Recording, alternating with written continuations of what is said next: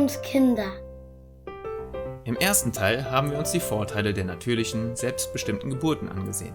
Im zweiten Teil ging es um das gemeinsame Schlafen, Tragen und Stillen nach Bedarf, die wichtigsten Säulen der bedürfnisorientierten Begleitung. Nun geht es im dritten Teil um einige weitere Möglichkeiten und Methoden, die Eltern dabei helfen, die biologischen Grundbedürfnisse ihrer Kinder in den ersten Jahren zu achten und sie dadurch in ihrer gesunden und lebensfrohen Entwicklung zu begleiten. Langes Stillen war für Steinzeitbabys sicherlich mangels Alternative ganz normal. Milch oder Babybrei aus dem Supermarkt schieden ja aus. Doch wie erfolgte dann der Übergang zur festen Nahrung? Und hat das gleiche Vorgehen vielleicht auch heute immer noch Vorteile? So wie bisher für die meisten Menschen aufgrund unserer kulturellen Prägung Windeln, Kinderwagen, Babybett und fremdbestimmte Geburten alternativlos erschienen, gehört auch der Babybrei für viele zu dem natürlichen Übergang von Milch zu fester Nahrung. Nicola von Babyschritte gibt uns eine Einführung in die spannende Alternative Breifrei. Baby-led Weaning, auf Englisch heißt es so viel wie babygeleitetes Entwöhnen oder auch Abstillen. Das ist ein eher neuerer Begriff und es gibt auch einige neue Literatur zu diesem Thema. Allerdings ist der Gedanke, der dahinter steht, alles andere als neu. Es geht nämlich eigentlich schlicht und ergreifend darum, dass man dem Baby von Anfang an keinen Brei gibt, sondern dass man es vom Familientisch einfach mit essen lässt. Man legt das Essen einfach vor das Baby hin, das Baby füttert sich selbst, es bedient sich, es steckt sich selber das Essen in den Mund und isst nur das, was es essen möchte. Also man verzichtet einfach komplett auf das Füttern. Diese Art der Beikosteinführung hat einige Vorteile. Zum Beispiel kann das Baby ganz ohne Hilfe im eigenen Tempo essen lernen. Dabei gibt es überhaupt keinen Druck oder Zeitdruck, weil im ersten Lebensjahr des Babys sowieso die Milch Hauptnahrungsquelle sein sollte und auch bleibt. Das heißt, ihr stillt weiterhin nach Bedarf oder gebt die Flasche nach Bedarf. Und das feste Essen, das ist einfach obendrauf. So viel zum Thema Stillen nach Bedarf. Es gibt einen Spruch oder auch einen Leitfaden bei Baby-led Weaning, der lautet: Food before one is just for fun. Also Essen im ersten Lebensjahr ist nur zum Spaß da. Es geht darum, dass das Baby die verschiedenen Geschmäcker und Texturen, Konsistenzen, einfach die ganzen Lebensmittel, die es so gibt, entdecken kann, ausprobieren kann. Das Baby fühlt mit dem Mund, das ist ja auch bei Spielsachen so oder bei anderen Gegenständen, die werden ja alle mit dem Mund entdeckt. Und deshalb ist gerade beim Essen von festen Nahrungen das nochmal viel intensiveres Erlebnis für das Baby, weil es so viel zu entdecken gibt, dass die Sachen, die es in den Mund steckt, auf einmal schmecken, verschiedene Geschmäcker haben und das Baby lernt, das Essen im Mund zu manipulieren mit der Zunge, mit dem Gaumen. Ein Baby braucht noch keine Zähne für Baby-led Weaning übrigens. Und das Baby lernt eben von Anfang an, dass Essen gekaut werden muss, bevor es runtergeschluckt wird. Dadurch, dass das Baby so früh so viel kennenlernt, ist die Wahrscheinlichkeit, dass es später ein wählerischer Esser wird, niedriger. Natürlich gibt es immer solche und solche Kinder und das ist auf jeden Fall keine Garantie, aber es ist auf jeden Fall ein Vorteil, dass es die Wahrscheinlichkeit erhöht, dass euer Baby ein guter Esser wird. Ein weiterer Vorteil von Baby-led Weaning, den ich jetzt besonders mit dem zweiten Kind sehr zu schätzen weiß, ist, dass man sich einfach zurücklehnen kann und zuschauen und das Schauspiel genießen. Man muss nicht Flugzeug spielen und Garage aufmachen und man kann sich einfach hinsetzen und zuschauen und das Baby macht alles von alleine. Dadurch, dass das Baby von Anfang an mit der Familie zusammen am Tisch ist, kann man auch die eigene Mahlzeit weiterhin genießen. Ich weiß noch genau, bei unserer Großen, die hat Brei bekommen, da war immer einer damit beschäftigt, ihr Brei zu füttern und das eigene Essen wurde dann kalt oder man hat eben nicht gemeinsam gegessen, sondern hintereinander. Dann musste irgendwer dann doch das Baby halten, während wir dann gegessen haben. Und gerade jetzt mit dem zweiten Kind ist das einfach so eine Erleichterung, dass wir uns einfach alle zusammen hinsetzen können als Familie und wir essen gemeinsam und das Baby gehört einfach von Anfang an mit dazu. Und vor allem lernt das Baby auch durch das Zuschauen und es imitiert uns beim Essen. Es lernt, wir führen uns selber was in den Mund und wir kauen und schlucken anschließend. Und dadurch, dass das Baby von Anfang an dabei ist und das genauso machen kann und das genauso ausprobieren kann, lernt es einfach viel schneller mit fester Nahrung umzugehen. Und es ist einfach so eine entspannte Art und Weise der Beikosteinführung. Gerade wenn ältere Geschwister da sind, dann wollen die Kleinen ja sowieso immer das haben, was die Älteren haben. Und bei Baby-led Weaning ist das einfach von Anfang an der Fall. Ein weiterer Vorteil ist natürlich, dass man nicht extra Brei für das Baby zubereiten oder kaufen muss, da alle einfach das Gleiche essen. Dadurch habt ihr Arbeit und Geld gespart. Bisher klang das hier alles wunderschön und rosig, aber ich muss sagen, es gibt auch Nachteile. Der größte Nachteil für mich ist, dass es einfach vor allem am Anfang eine riesige Sauerei ist. Ich möchte euch auch da gar keine falschen Illusionen machen. Es ist eine riesige Sauerei. Unsere beiden Kinder waren Breiverweigerer und haben lieber direkt bei unserem Essen mitgegessen. Ob deshalb schon mit knapp über einem Jahr alle Zähne da waren, kann ich nur vermuten. Auf jeden Fall war es großartig, sie beim Erkunden neuer Konsistenzen und Geschmäcker zu beobachten. Wenn Babys biologisch Traglinge sind und vor Tausenden von Jahren natürlich noch keine Windeln vorhanden waren, wurde dann jede Mutter täglich dutzende Male von den Ausscheidungen des Babys eingesaut? Oder ist es nicht viel wahrscheinlicher, dass die Babys auch dieses Bedürfnis nach Ausscheidung, genauso wie jedes andere, spüren und signalisieren können? Die Hebamme und vierfache Mutter Larissa gibt auf Grundlage ihrer eigenen positiven Erfahrungen mit Windelfrei eine Einführung in das Thema. Und ja, also was ist windelfrei jetzt eigentlich?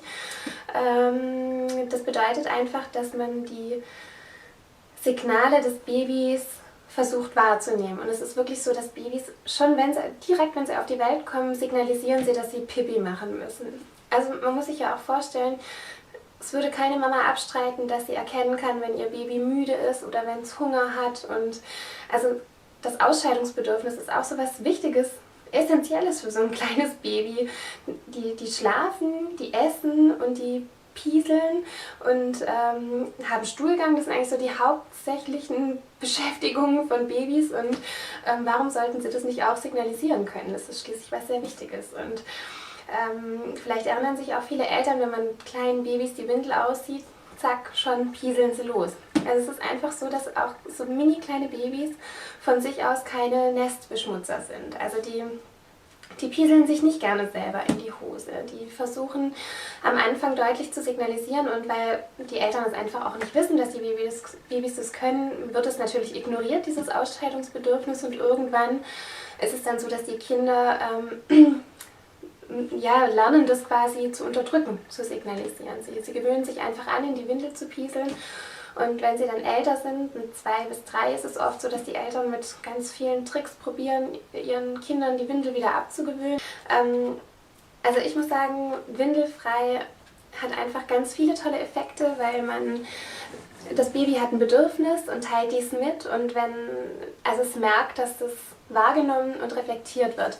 Das ist für so ein Baby eine ganz wichtige Erfahrung, und es erstreckt sich dann auf ganz viele Ebenen im Leben von dem Baby, dass es einfach merkt, es wird von seinen Eltern in all seinen Bedürfnissen wahrgenommen. Es ist mir auch total wichtig zu erwähnen, dass windelfrei nichts mit Töpfchentraining oder Zwang zu tun hat. Das darf es auf keinen Fall sein. Das ist wirklich, es geht darum, die Bedürfnisse des Babys zu erkennen und darauf zu reagieren. Und wenn man das eine Zeit lang macht, also es kommt einem, wenn man das erste Mal hört, total unmöglich und verrückt vor, aber also es ist was völlig Natürliches. Und wenn man das eine Weile macht, bekommt man wirklich auch ein Gespür dafür, wann muss das Baby Pipi. Es gibt ganz charakteristische Zeichen dafür, zum Beispiel ein Rumgequengel und so ein bisschen Unwohlsein beim Baby oder Füße anziehen, oder manche weinen dann auch wirklich, wenn sie nicht wahrgenommen werden, pieseln dann. Also da geht es einfach darum, sein Kind zu beobachten und zu gucken, wie signalisiert es kurz bevor es pieseln muss. Nicola Schmidt vom Artgerecht-Projekt erzählt anschaulich, warum es von Vorteil ist, die Signale der Kinder zu kennen, mit denen sie anzeigen, dass sie mal müssen. Und so wie wir windelfrei verstehen, heißt es einfach nur, wir bringen Eltern bei, die Signale ihrer Kinder zu sehen. Was super ist, weil man ganz viele Missverständnisse vermeiden kann. Ne? Klassische Situationen. Baby schläft, Mama will los. Mama will Baby aber nicht wecken. Mama wartet also, Baby schläft, Mama wartet, Kind wach auf.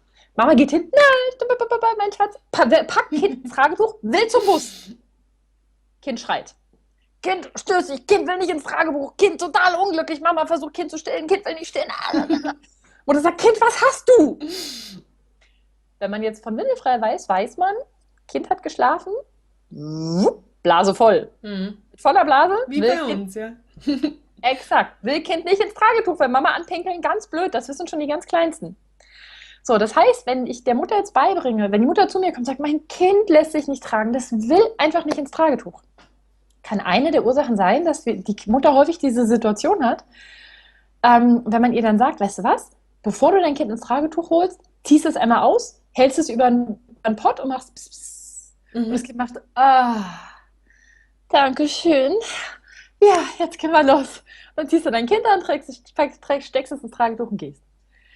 Und das ist das, was wir Eltern beibringen. Wir bringen ihnen bei, in welchen Situationen müssen die Kinder oder wie sagen sie, dass sie müssen. Zum Beispiel der absolute Klassiker, weswegen wir auch Stillberaterinnen fortbilden.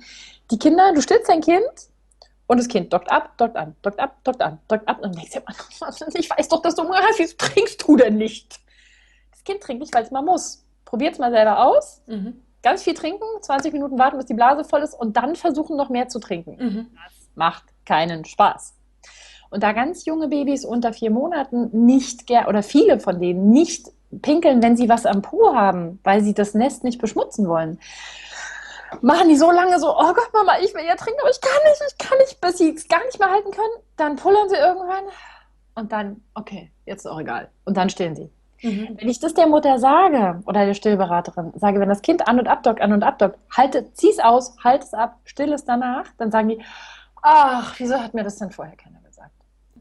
Und wann kann man es machen? Im Idealfall macht man es in den ersten 4 Monaten, fängt man es an, weil da die Signale noch sehr deutlich sind. Also wenn die mal müssen, dann machen die richtig so und dann, also die Blinder mit dem Krückstock, dass das Kind mal muss. Ja. Und danach verliert sich das so ein bisschen und da ist es hilfreich, wenn man so das Timing von seinem Kind schon ein bisschen kennt. Aber grundsätzlich kann man immer anfangen und wir haben auch Windelfrei-Coaches, die auch Eltern beraten, wo es ums Trockenwerden geht, weil die Idee dahinter, sein Kind lesen zu lernen und in Kommunikation zu bleiben, bleibt dieselbe. Und ich meine, wir kennen alle 2 Situationen. Also Standardsituation Nummer 1, Säugling auf dem Wickeltisch, wir machen die Windel auf, es hebt mich an. Das ist windelfrei. Das Kind wartet, bis die Windel Das nutzt die Gelegenheit. Super, wenn das Kind das macht, yeah!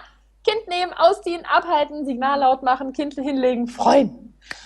Und zweite Situation ist der Klassiker, man ist irgendwo und irgendeine Mutter sagt, guck mal, wenn er so guckt, dann kackt er gleich. Und ich denke immer, ja, zieh die Windel aus. Lass ihn doch nicht erst in die Windeln kacken und dann machst du die ganze Scheiße sauber. Das ist total eklig. Ne? Also mach's dir doch einfach. Zieh dem Kind jetzt die Windel aus, lass es ins Klo kacken, da wo alle kacken, mach's sauber, kannst die Windel wieder anziehen.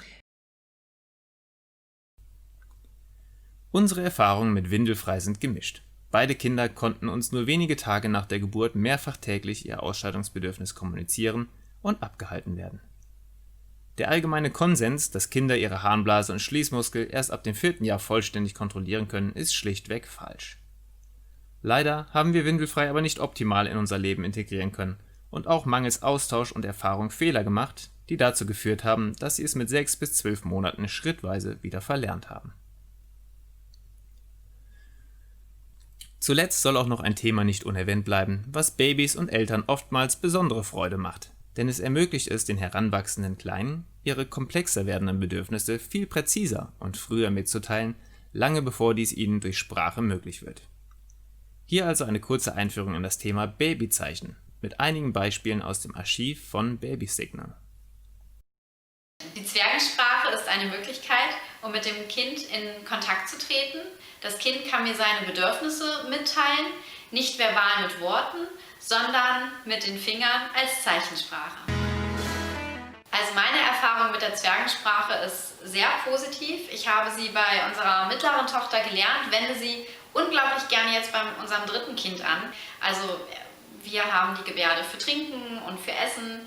Und ich finde es sehr einfach, wenn ich ein einjähriges Kind habe, was natürlich noch nicht sprechen kann und wo ich natürlich als Mutter in etwa weiß, was es möchte, aber so kann mir mein Kind ganz genau sagen, wenn es was will. Die Gebärden haben den Vorteil, dass ihr die Gedanken von eurem Kind früher mitbekommen könnt.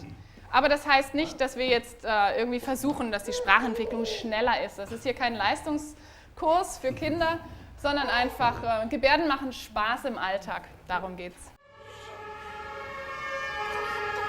Genau, Tatü. Kommt mal näher. Papa. Papa. Papa.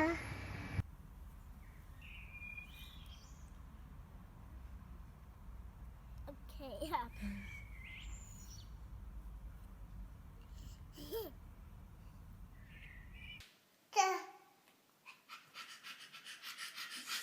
Der ist am Fliegen, genau.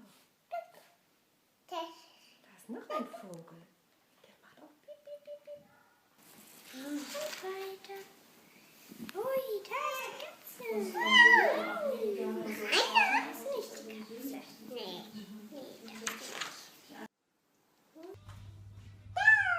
Wie macht denn die Kuh?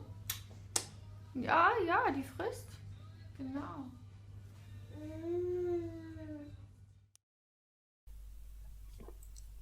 Unsere beiden Kinder haben vor dem Sprechen zwischen 20 und 50 Zeichen beherrscht, mit denen sie uns ihre Bedürfnisse und andere Beobachtungen mitteilen konnten.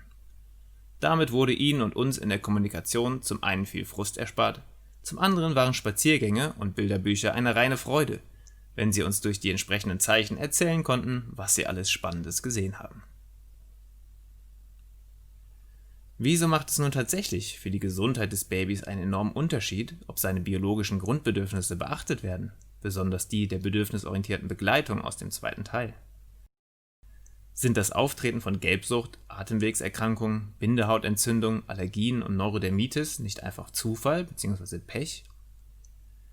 Um das zu verstehen, ist eine völlige Neubetrachtung der Ursachen von Krankheiten nötig, wie sie in der Einführungsserie Krankheit ist anders erläutert werden.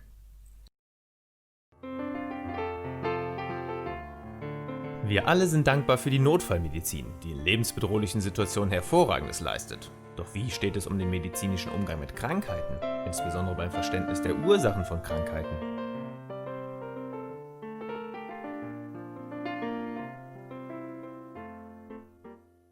In dieser Videoserie geht es um ein präzises wissenschaftliches Modell zum ursächlichen Verständnis von Veränderungen im menschlichen Organismus, die als Krankheit bezeichnet werden. Dadurch lassen sich neue Handlungsmöglichkeiten bei verschiedensten Krankheiten ableiten. Bei alltäglichen Krankheiten wie Halsschmerzen, ebenso wie bei chronischen Krankheiten wie Diabetes oder sogar lebensbedrohlichen Krankheiten wie Krebs. Bisher hatten wir keine plausible Erklärung dafür, warum eine bestimmte Person zu einem konkreten Zeitpunkt ihres Lebens ein spezifisches Symptom hat. Wir fragten uns, warum ausgerechnet ich? Warum genau jetzt? Warum genau das? Dafür war meist klar, was an Symptomtherapie sinnvoll erschien, fast unabhängig von dem Menschen, um den es im Einzelfall geht. Durch Kenntnis der sinnvollen biologischen Sonderprogramme und des ersten biologischen Naturgesetzes verstehen wir und unsere Tumorpatientin nun genau, warum ich, warum jetzt und warum dieses Symptom.